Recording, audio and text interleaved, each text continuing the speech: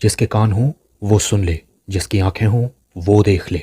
हम उन लोगों के लिए विशेष धन्यवाद देना चाहते हैं जो हमें SBI पे, गूगल पे और पेपलिंक के द्वारा हमारी सेवकाई में बोते हैं। डिस्क्रिप्शन बॉक्स में दिए हुए लिंक से आप भी बो सकते हैं। ये हमारे 3 चैनल्स हैं और अब आप हमें टेलीग्राम पर भी ढूंढ सकते हैं।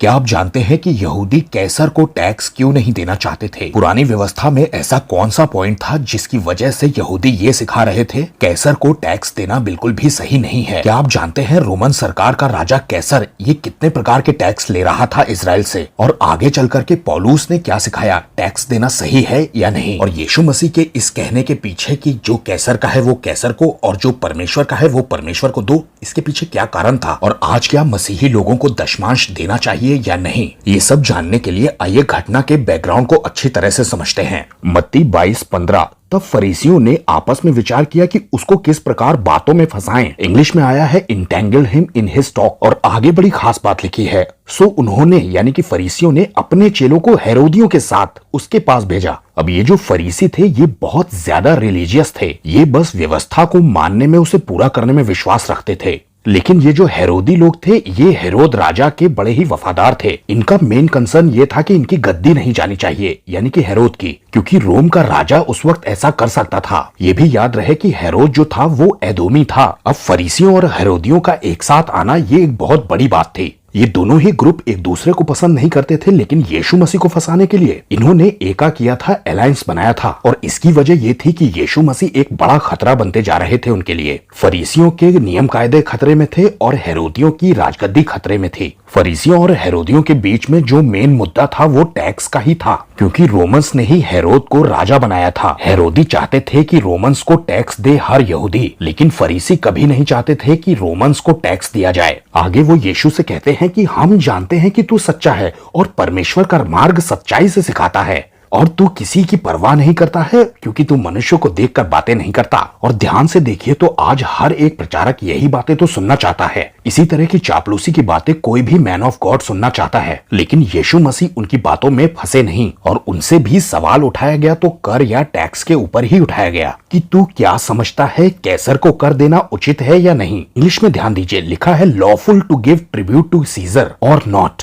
ये जो लॉफुल होना है ये तौरात के हिसाब से या तोरा के हिसाब से पूछ रहे हैं। सीजर को टैक्स देना तोरा के हिसाब से सही है या नहीं? ये याद रहे कि यीशु मसीह इजराइल के रब्बी भी थे। वो क्या जवाब देंगे इससे उनकी ऑडियंस पर फर्क पड़ने वाला था। अगर वो हाँ कहते तो उन्हें रोम का सपोर्टर समझा जाता और ये कहा जाता कि कैसर को ये अपना राजा मानता है। इससे उनकी क्रेडिबिलिटी चली जाती एज अ रब्बा है, क्योंकि व्यवस्था में राजा होने के बारे में एक पॉइंट दिया है, व्यवस्था विवरण 17:15, और जिसको तेरा परमेश्वर यहोवा चुन ले अवश्य उसी को राजा बनाना, अपने भाइयों ही में से यानी कि यहूदियों में से ही किसी को अपने ऊपर राजा ठहराना। किसी परदेसी को जो तेरा भाई ना हो यानी कि यहूदी ना हो तो तू अपने ऊपर उसे अधिकारी नहीं ठहरा सकता। परमेश्वर ने ये नियम व्यवस्था में बताया था कि कोई दूसरी जाति का राजा तुम्हारे ऊपर ना हो। अब अगर किसी राजा का टैक्स दिया जा रहा है यानी कि उसे अपने ऊपर राजा माना जा रहा है, उस समय के रब्बाए और फरीसी लोगों को, जो आम जनता थी, उन्हें यही सिखा रहे थे कि टैक्स देना सीजर को ठीक नहीं है। लेकिन कैसर का कर उन्हें फिर भी देना ही पड़ता था और इसीलिए यीशु मसीह ने उन्हें कपटी कहा। लेकिन सीधे सीधे हाँ कह देने का मतलब था कि उनकी पूरी ऑडियंस पलट जाती। लोग उनकी बातों को फिर सीरियसली लेते ही नहीं, क्योंकि उन्हें रब्बी ही नहीं माना जाता इजराइल का। 22:18 में लिखा है, यीशु ने उनकी दुष्टता को जानकर कहा,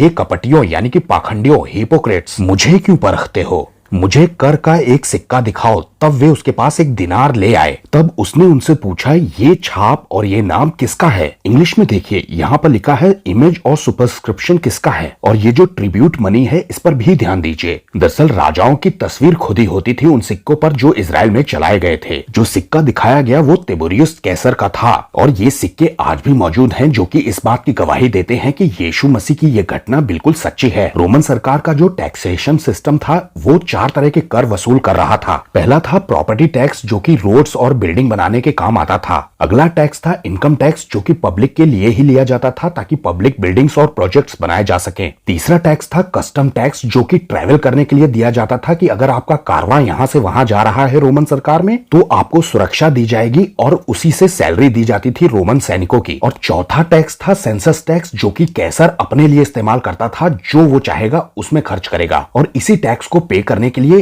कैसर के सिक्के चलाए गए थे, जो कि तिबेरियास था। और यही वो टैक्स था जो यहूदी देना नहीं चाहते थे, भले ही ये ज्यादा महंगा नहीं था और साल में एक ही बार देना पड़ता था। और इसी सेंसस टैक्स को पे करने के लिए कैसर के सिक्के चलाए गए थे, जो आपको लेने ही लेने थे। अगर आपके पास नहीं थे तो आपको मनी चेंजर्स के पास जाकर लाने थे। बाकी 3 टैक्स में इजराइल का फायदा था, लेकिन इस टैक्स से कोई भी फायदा नहीं था इजराइल का, सारा फायदा कैसर का ही था। और यही वो ट्रिब्यूट मनी था जो यहूदियों को बिल्कुल पसंद नहीं था। अगली आयत में लिखा है, उन्होंने उससे कहा कैसर का। तब उसने कहा कि जो कैसर का है वो कैसर को, और जो परमेश्वर का है वो परमेश्वर को दो। Render unto Caesar's which is Caesar's, render unto God which is God's. अब यीशु के जवाब ने ना उन्हें सिर्फ झटका दे दिया, बल्कि उन्हें चुप भी कर दिया। और अगर यीशु ने नो कह दिया होता तो हेरोद के लोग कहते कि ये तो कैसर को कर देने को मना कर रहा है, और तब तो शायद यीशु को तुरंत ही पकड़ लिया जाता। तो सवाल ये था कि तोरा के हिसाब से कैसर को कर देना ठीक है या नहीं। अब कहीं ना कहीं यीशु ने ये इशारा कर दिया था कि अगर ये कैसर की चीज है तो ये कैसर को दे दो। लेकिन आगे का सवाल है कि परमेश्वर का क्या है जो परमेश्वर को देना है। अब बाइबल बताती है कि हम पर परमेश्वर की छाप है, यानी कि हम इंसान जो है परमेश्वर की इमेज ऑफ गॉड में बनाए गए हैं,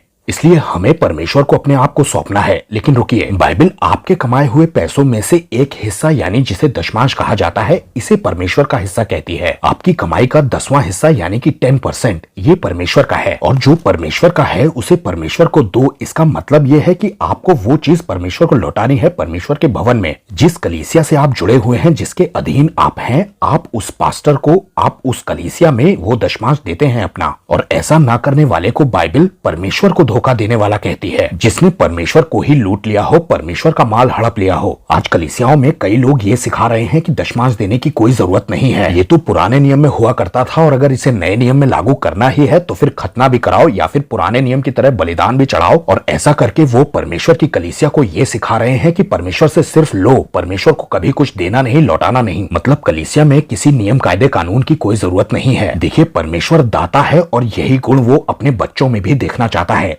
इसी के चलते तो उसने अपने पुत्र यीशु मसीह को दे दिया। बाइबल कहती है कि सोना भी मेरा है, चांदी भी मेरी है। पृथ्वी पर जो कुछ है वो परमेश्वर का ही है, परमेश्वर ही उसका मालिक है। याद रहे कि हम और आप सिर्फ उसके कस्टोडियन हैं, मालिक नहीं हैं। और मालिक की चीज मालिक को लौटाने में इतनी तकलीफ क्यों होती है? क्योंकि हम उसके मालिक बनना चाह रहे हैं, और हमें सिर्फ लेना अच्छा लगता है, देना अच्छा तो बिल्कुल नहीं लगता। वो पैसे को ज्यादा प्रेम करते हैं या परमेश्वर को ज्यादा प्रेम करते हैं, इस बात से जांचा जा सकता है कि वो अपने दशमांश में विश्वास योग्य हैं या नहीं। और कुछ विश्वासी ऐसे होते हैं जो अपने पेट से ज्यादा प्यार करते हैं बजाय कि परमेश्वर से ज्यादा प्यार करें, क्योंकि उनका दशमांश उनका पेट ले जाता है। वो अपनी लग्जरीज से समझौता करना ही नहीं चाहते, और इसलिए उन्हें ऐसी उल्टी सीधी टीचिंग समझ में भी आ जाती है। कुछ लोग परमेश्वर से ज्यादा अपने घर को प्यार करते हैं। घर में पर्दे कौन से लगेंगे, फ्रिज कौन सा आएगा, यही बातें उनका दशमांश खा जाती हैं। और कुछ विश्वासी ऐसे होते हैं जो अपने पार्टनर से परमेश्वर से ज्यादा प्रेम करते हैं। वो अपने टाइट का पैसा लगा देते हैं अपने पार्टनर के ऊपर बजाय कि परमेश्वर को लौटाने के। जबकि बाइबल सिखाती है कि अपने पैसों से ज्यादा या फिर अपनी किसी भी चीज से ज्यादा